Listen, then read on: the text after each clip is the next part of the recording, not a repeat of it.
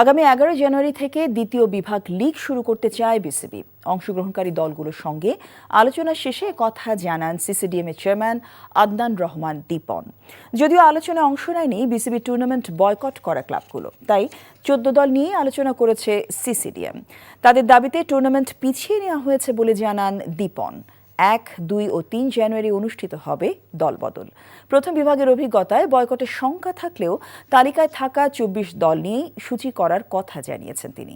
কোনো দল মাঠে না আসলে তাদের অবনমন করে দিয়ে প্রয়োজনে নতুন করে সূচি করা হবে। তবুও মাঠে খেলা গড়াতে চায় তারা। প্রথম বিভাগে অংশ না নেওয়া ক্রিকেটারদের টুর্নামেন্ট নিয়ে আগামী 24 তারিখ চূড়ান্ত সিদ্ধান্ত নেওয়া হবে বলে জানান সিসিডিএম চেয়ারম্যান। আমি সময়ের প্রতি বিশ্বাসী, ধৈর্য আমাকে ধরতেই হবে। এখনও উদার আহ্বান জানিয়ে যাচ্ছি সবাইকে খেলার জন্য। লেটস সি সেকেন্ড ডিভিশনটা কী হয়, দেন থার্ড ডিভিশন, প্রিমিয়ার, এটা তো প্ল্যানে আমরা আগাচ্ছি। আমি আগের ফর্মেটই থাকবো, আমি 24টা টিম ধরেই করব। লেটস সি লিগ শুরু হওয়ার পর যেমন ফার্স্ট ডিভিশনে আমাদেরকে পরে চেঞ্জ করতে হচ্ছে, ফর্মেট চেঞ্জ করিনি, টিমগুলি ওয়াকওভার দিয়ে আসবে না, সেই জন্য সেকেন্ড ডিভিশন আমাকে লাস্ট পর্যন্ত ওয়েট করতে হবে।